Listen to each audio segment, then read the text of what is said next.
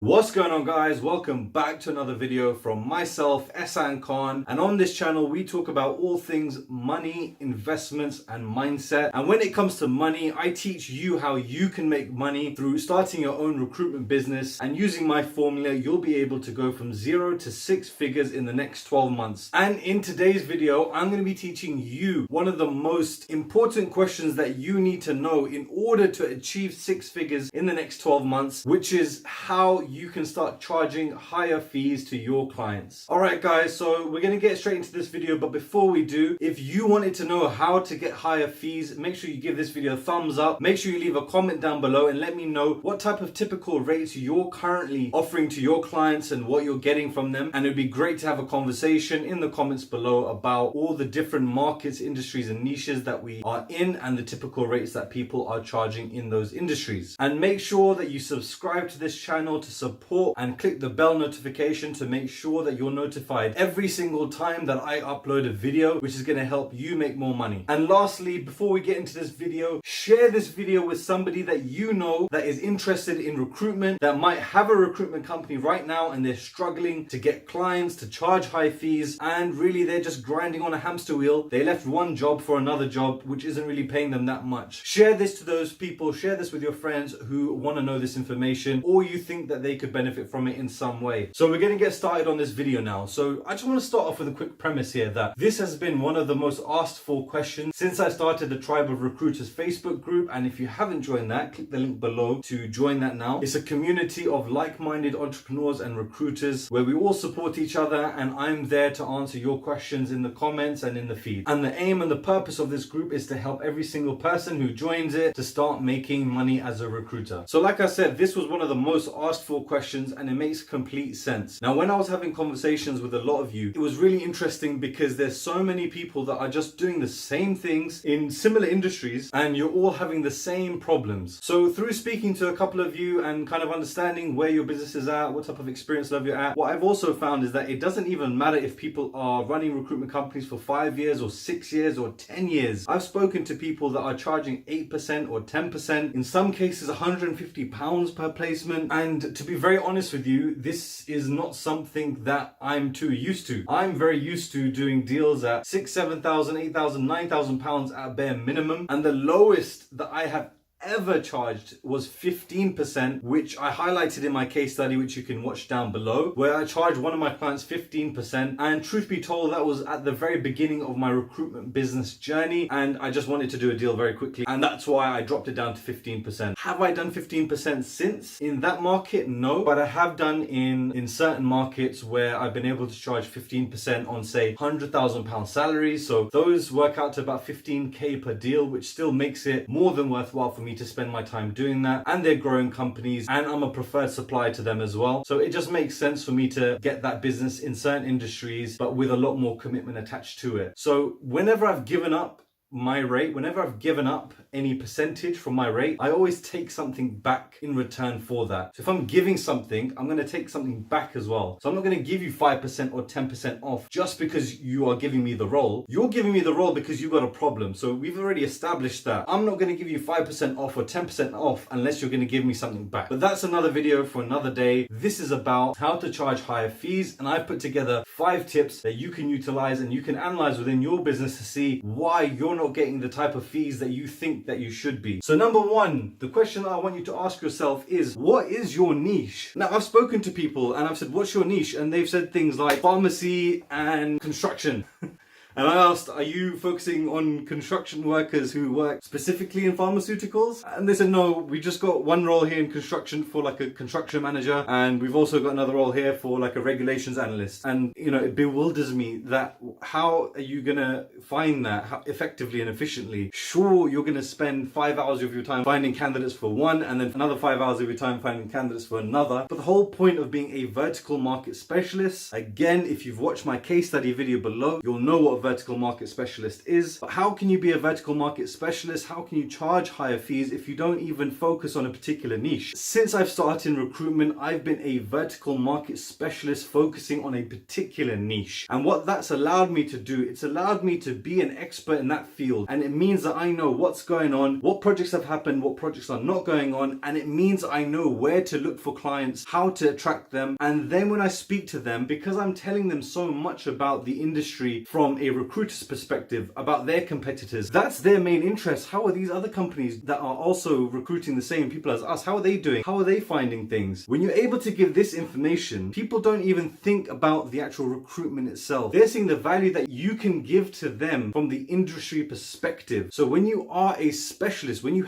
have a niche that you focus within, it's only inevitable that you're gonna learn so much about this industry. You're gonna learn so much news because you're gonna wanna talk to your candidates and talk to your clients about that news. And when they see that you are a specialist and you're an expert within your field, suddenly that 8%, that 10%, that 15%, whatever it might be, goes out the window because they see more value in you than just a recruiter. You can almost become like an agent of theirs, feeding them information all the time. And for that reason, they're going to want to keep you happy. They'll bargain less with you. And you are in a power of control where you can say to them and you can dictate to them that the same competitors that they're worried about growing and beating them, you're working with them and you're working with them at 25%, 30%. So what right do they really have to say no to you when you're working with their competitors? Now, I'm not saying go out and lie to people and say that you're doing all of these things, but if you are a vertical market specialist, like I'll train you how to be, then like I said, this information becomes inevitable. You're speaking to candidates, you're speaking to clients, and you're understanding the industry from a very deep perspective. If you're a generalist, imagine the call. Hi, I'm a recruitment company. I want to help you recruit. Okay, cool. What do you recruit for? Anything.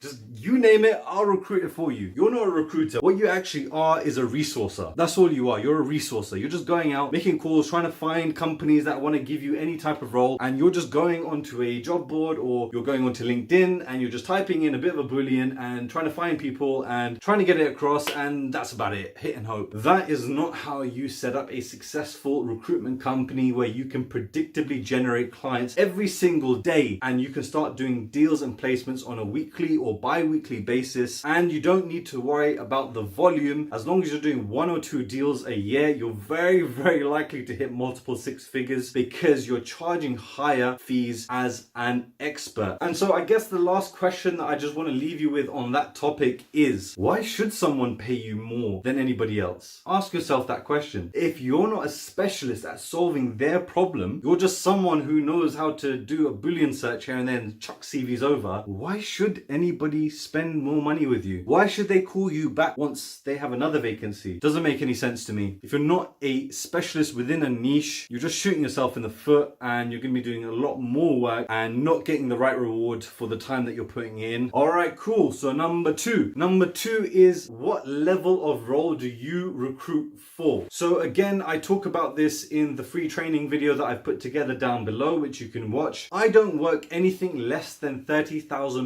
as a salary or $40,000 as a salary. I don't work those roles at all. Even when it comes to contract positions, then I look at the margins and I don't do anything less than £7 an hour. And even at £7 an hour, I'm asking myself if it's really worth it or not. I want to be getting 8, 9, or ideally £10 an hour out of the contractors that I'm working with. So one of the questions that you have to ask yourself is, what level of placement are you doing? Are you doing low level placements? Are you focusing on the low end of the spectrum here? Are you focusing on graduates and trainees, or are you focusing on low level jobs? And when I say low level jobs, I don't want to sound patronizing and I don't want to insult anybody. What I mean by this is, these are jobs which have lower barriers to entry. So for example, a mechanical technician is someone who is very, very skilled. In fact, most mechanical technicians that you'll see, people that work in the warehouses that are handcrafting things themselves, these are some of the most dedicated experts within their field meticulous with detail, meticulous with their attention. However, because you don't need a degree to be able to learn how to do that, and it's easy to pick up someone and train them to get started in that, it has less value to the world or to businesses, and therefore that value is reflected in the salary. When I say low level, I don't mean people with low intelligence. I just mean how easy is it to get that job. And if it's, say, a mechanical technician or a CAD operator or a driver, whether that's a lorry driver or that's a van driver, a transit van driver, whatever it might be, these type of jobs, it doesn't take degrees and lots of skill to be able to get the job. And as a result, there's thousands and thousands and thousands and millions of people applying for these jobs on a daily basis. So really, why do people need to pay you for them? It doesn't really make sense, does it? You need to focus on the jobs which are the hardest to train for. This is really what I think the key is here. You need to focus on jobs which are difficult to train for. So as an example, a solicitor or a lawyer. Now there's a reason for why solicitors and lawyers get paid so much money. When you see a solicitor, you never see them driving a bad car. You always see, unless they're pro bono, you only see solicitors driving nice cars, living in nice houses, and there's a reason for that. It's because they worked really, really hard. They've studied all the laws, passed all the exams to have the title of being a solicitor. The same goes for being a doctor. The reason why doctors are so highly paid is because of the value that they add to society, and it is extremely difficult to be a doctor. Now, yes, there are hundreds of thousands, if not millions of doctors just here in the UK. Over in the US, there's of course tens of millions of doctors, possibly hundreds of millions of doctors. But when you're looking at the entire population, you realize that it's only a small fraction of the population that actually have these skills and have these qualifications. And because it's harder to train for, they get paid more. So you have to look at that you have to focus on more technical positions or positions that have higher salaries in general, which will allow you to get a higher fee anyway. If you're charging 10% on a £25,000 salary and you make £2,500, great for you. But I didn't get into this business to just make £5,000 or £6,000 a month. I could have done that being a recruiter, working for an organization, and probably having a lot less stress and being surrounded by more people. Being an entrepreneur is difficult, and in recruitment, you've got to make sure that you're getting rewarded for the time that you put in. Don't shortchange yourself by spending weeks filling a position that's only going to get you a few £1,000s or less. You should be really focusing on those high level positions, working the same amount. The process does not change at all unless you've got a bad process. But if you're following my process, I could recruit for van drivers, I could recruit for CEOs and everybody in between, and it does not matter. But part of my process for building successful six-figure companies is to focus on the job types that you're recruiting for, to make sure that you're recruiting for the right type of job that's going to get you not only higher salaries, but also the value that these people add to their companies are much, much higher. And therefore, if they need this person, they won't mind paying you 25% of their salary to get them in on time, or 30% or 35% in some cases that I've placed in. But as I said again, if you're placing low-level positions where there's lots of candidates and you've just sent maybe a candidate with a bit more experience than another, the difference in value between one candidate and another candidate doesn't really make too much of a difference. So they're not going to really pay you much for anything special. I didn't make up the rules. I'm sure every single person out there who is out there working and earning a living for their family are incredible people, and they deserve everything that they get and more. But this is just economics, and this is how the world works, and you've got to work within the rules of economics to be able to earn the most amount for yourself. So if you're going for low level positions and you're starting off on a low rate anyway, then guess what? You're going to get low fees. All right, so number 3 is, where are you finding your leads in the first place? When I've spoken to a lot of you and I've seen content on YouTube and I've seen all the other mentors and gurus that are out there, they seem to be teaching the same thing. And every single person that I've spoken to seems to be doing the same thing when it comes to getting their clients. And I hear it all the time. LinkedIn and Indeed. And yes, you can build a business finding clients on LinkedIn and Indeed and wherever else you might want to find your clients. You can do that online as much as you would like. But one thing that I want you to know right now is that there is nothing different in what you are doing and your approach to client generation than a million other recruiters that are finding the same positions as you. And when they're calling those companies, they're having the same conversations with the same type of recruiters about the same vacancy that they found online, and it just gets a bit boring. And that's why I see so many people get responses back from clients saying, hey, thanks for the information information, send us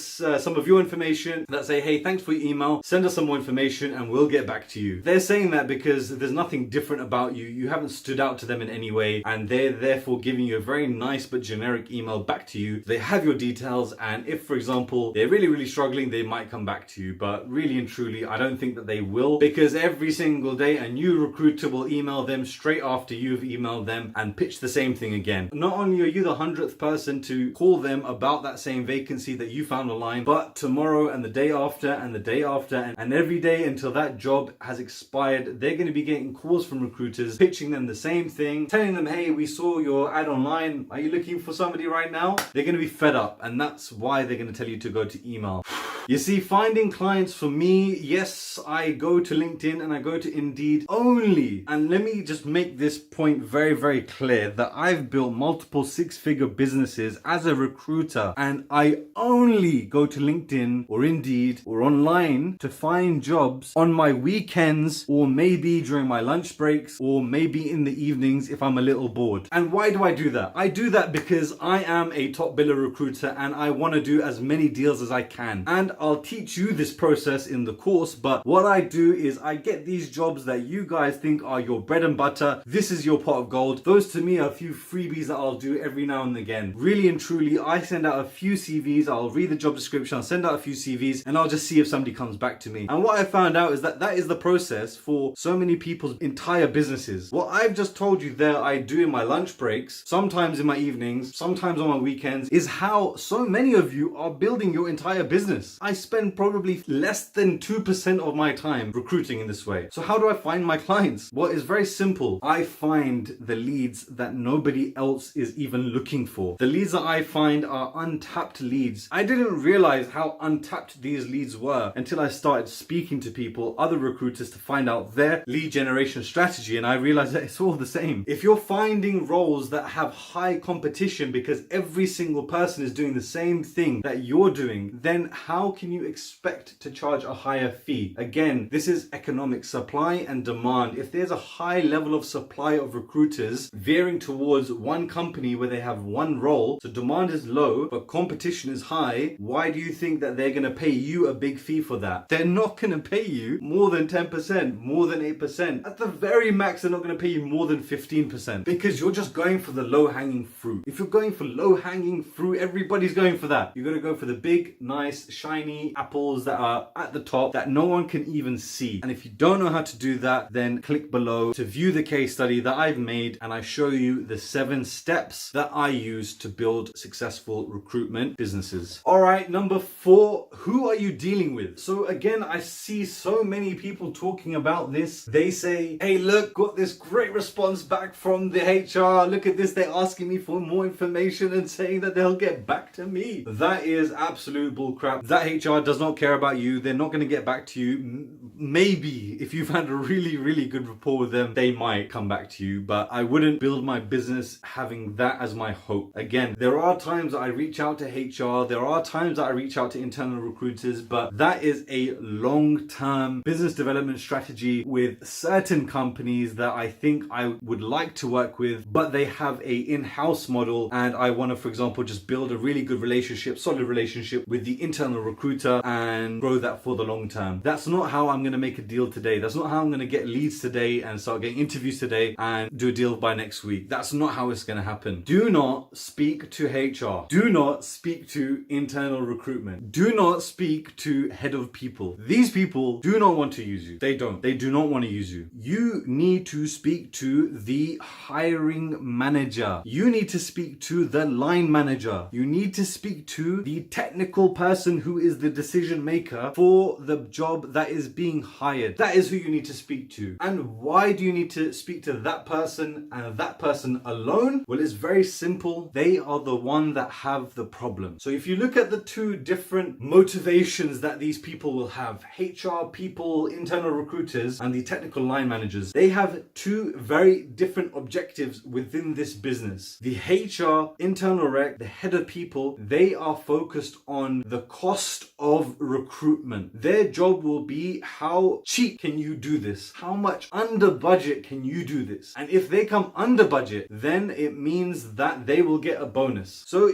just think about that. You do not want to speak to someone who is given a bonus by not using you. If you speak to someone who's given a bonus to not speak to you, then I guess you just like to talk to people for no reason. I don't like to talk to people for no reason. I like to talk to people, whether it's to help them and give them advice based on my experiences, or if I'm making money with my clients and my candidates. So when I recruit, I only speak to the line managers. I call them. So you have these two people. These people are motivated by not using you. These people are agnostic to whether they use you or they don't use you. They don't care. They do not care about anything to do with the recruitment process other than getting the person. They might have budgets that they work towards, but they will have overall project budgets that they work with. Rather than the recruitment and HR team, which will have specific numbers with regards to their recruitment, they will, but the flexibility is much more because it's from an overall pot, and there's a number which they know that they can generate as a return on their investment by having the right people to build these projects and deliver to their end clients. So this person here, the line manager, he is someone that is targeted with delivering for the business to their customers, and he does not care about the cost of recruitment as much as these people. He or she cares about quality and speed. Let me say that to you again. The line managers here, they care about quality and speed, and HR over here care about cost. You don't want to speak to the person that's most concerned with the cost, because that's all that they'll care about. These are the two things that you want to focus on, is quality and speed. And if you can sell to them and say, look, my quality will be like this and I will get it to you at this pace and it is well within what they're looking for, then they'll be happy to work with you. They don't even necessarily care too much about the cost. What they'll most likely do is at this point, they'll say to you, speak to HR. And you can tell them, that's great, I will speak to HR and we'll sort this out. But what you want to do is you want to make sure that you've already started the process with him. So it's very difficult for him to backtrack, and then it makes it very difficult for the HR to actually negotiate with you, as you have more leverage because the relationship has already started. You've already sent CVs which the manager is interested in, so they have less leverage to then come in afterwards and then bring you down on your rate. And it's very difficult for the HR to say to the line managers, don't interview these people, cancel these interviews, we're not making this placement. In fact, I have had many occasions where the line manager has very directly told HR where to go and where to stick it because he wanted to work with me, and simply put, I was charging too much. They wanted to work at 6%. No, not happening. And I was charging 25%. So you can see there's a big disparity, a 19% gap, but I provided speed and quality to the line manager. So I became more important than the HR, and the HR became a blocker for him. So number 4 was, who are you speaking to? If you're speaking to the wrong person with the wrong motivation, then you're going to get the wrong fee that you're looking for. If you speak to the right person with the right motivation, you can get the right fee that you're looking for, which ultimately is a much, much higher fee than what you're currently charging right now. And number 5, very, very simply and straightforward, this one. What is your starting point? At what level are you actually starting your negotiation at? I think everybody out there who is watching this video has either been sold to or that they have sold themselves. And if you're looking at a car, for example, when people put out cars, they know that there's a bit of haggling involved with car dealers. So the car dealer will always price the car a little bit higher. So let's say, for example, that this car dealer wants to make a minimum of £300 on every single car that he or she sells, and therefore he or she prices their cars at £500 above what they bought it at, so that they know that they will get some sort of haggling and that they have a margin to reduce the price, to make the sale, to make the customer happy, and then also get the margin that they wanted in the first place to ensure that they're able to run and grow and scale their business. So if you're going into negotiation asking for 15% at the top end, well, you're never going to get 20%, are you? You're never going to get 25%. If you start your negotiation at 10%, why would anybody say, no, well, actually, we want to pay you 25%? No one is going to do that. Where you start at is the most that you're going to get. Your starting point is the most that you will ever achieve. So on my terms and conditions, my terms are actually on a scale based upon salary, and the highest bracket is at 35%. And actually, that 35% bracket bracket is where I do most of my deals. It's the salary level that I do most of my deals. So again, if you've seen my case study video, I've said in that I charge an average of 25% to my clients. I start off at 35%. So if I'm starting off at 35%, the most that I'll be able to do is 35%. Very simple. The most, I can't do 40% because I've said that the highest I charge is 35%. But what that does is that starts the person's mind at a higher level. So when they get down to 25%, they feel that they've just saved 10%. They will look at that 25% as a 10% saving if they've negotiated successfully with me. So rather than you going in at 15% and wanting that 15% and then them taking you down to 10% and you giving that to them because you want the business and you want to make them happy, start at a higher fee. Just start higher. Just say that you charge 30% for a certain salary level and see what people say. What will happen, I can guarantee you, is that you'll get fewer responses back. Because if you're going on the same lead generation strategy as every other Tom, Dick and Harry recruiter out there, then seeing 25%, 30%, it's not going to be that amazing. It's not going to be that great because, again, like I said, why would they even pay you more if there's so much competition to fill the position? But if you've done all the things that I've said before this point, so if you've picked a niche, if you've picked high-level salaries, if you're getting leads that aren't competitive, that aren't being utilized by every single person that sees it on LinkedIn or Indeed or online on job boards, and if you're dealing with the line manager directly, then actually what you'll find is that the quality of those leads are going to be much, much better. The process that you'll be able to implement within your clients and you can control the interview process means that you'll make more money by dealing with less people. So less effort and more money. And I'm sure that's a scary thing for people to hear, that less people will contact you. But like I said, the people that contact you are going to be people with a desperate need to fill the vacancy, and they're serious about filling their vacancy, and they've seen your rates and they're happy with your rates because they've come back to you. They will want to negotiate and they might not go to you at that rate. And a lot of the time people will say to me, as an example, here's a great example. I had HR call me up recently and say, hey, look, we saw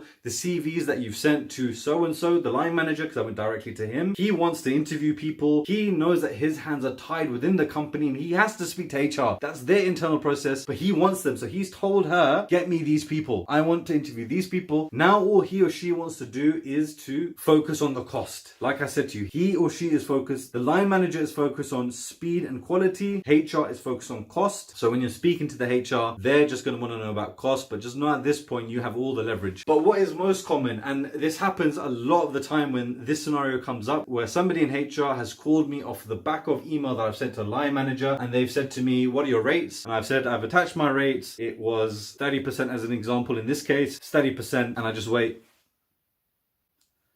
And then what they'll probably say is, oh, well, we were looking at somewhere more along the 20-25% mark. Okay, cool. So now I know that the minimum that I'll get out of this is 20%. And ideally, I'm going to get that 25%. In fact, ideally, I'm going to get the 30%, but she'll be happy at 25% because there's no difference. It's not like she's paying any extra than what she's paid at the top end anyway. She's quite comfortable paying 25%. She's done that before. She wants 20% because, again, there's an extra 5% cost difference. But imagine that. Imagine you started off at 15%. You would have never have got that 20 or 25%. So you've got to make sure that you're starting off in a higher place, but you have to follow the other steps that I've told you in this video in order to justify the higher rate. So you have to be a market specialist. You have to be solving high level problems. You've got to be finding less competitive leads, finding the leads that your competitors just aren't finding because they're not doing it the same way that you're doing it. You're dealing with the line managers, and then you can offer a higher rate and negotiate down from a higher rate rather than go in at a low rate and try to stick at that one low rate. Let me just ask you a question. Whenever you've gone into a shop and you've got a discount, how much better do you feel about that purchase? Because you feel like you've saved, even though you might have spent hundreds of pounds or thousands of pounds on whatever this product was. You feel like you've just saved a few £100s, and you might even go out and spend that few £100s on something else because you're like, hey, I was under budget here, so I can spend more there. It's such a nice feeling. But when you go in and something is quite low cost anyway, and you buy it and it's the same cost, you don't necessarily feel that same level of connection and emotion as when you get a discount. It's no surprise when companies have sales that there's queues outside and people are running in. Everybody loves a sale, everybody loves discount. But if your prices aren't high enough, then you will never be able to discount from your low price. If your fees are higher, then you can discount down. And what you can also do, like I mentioned earlier on in this video, is when you discount down, you can start asking for things in return. Might be exclusivity, might be times in people's diaries, it might be future roles, it might be whatever it might be. You can start asking for things from the client, and that is a way for you to justify taking more control because your fee is less and you want to make sure that you fill this position for them. So look guys, those are 5 examples of ways that you can start charging higher fees and you can start making more money from the work that you're already putting in. I just cannot believe, speaking to some people, that they're literally just taking a few £100s per placement. There are things to do with niches in there that need to be changed, and maybe that's the norm within that niche. So pick another niche. Don't marry your niche. Do not marry the niche that you're in and say, this is the only one that I can do because I have a friend that's in this niche. So what? Even if you place your friend, you've made one placement, what happens after that? Okay, so focus on the niche and the process. These are the 2 things that you need to focus on, the niche and the process. And regardless of what industry you're working in, if you have these 2 things together that work in the same way that I've explained today in this video, you're going to be making more money and you're going to be able to really live life on your own terms. And that's what separates grinders from the rainmakers. This is what separates those recruiters and entrepreneurs who struggle to pay their bills from those who are able to live a life of freedom and truly have control over their own life. So that's it guys. I hope this video has helped. Please leave a comment below and let me know what you thought of this video and if it helped you. And like I said earlier at the beginning of this video, if you haven't liked this video, just like it. It's absolutely free and it helps more people just like you to find these videos and benefit from this content. And in order to do that, specifically for the people in your network, make sure you send this out to people who you know would benefit from this video. Thanks so much guys, and I hope you subscribe for more, and I'll see you tomorrow.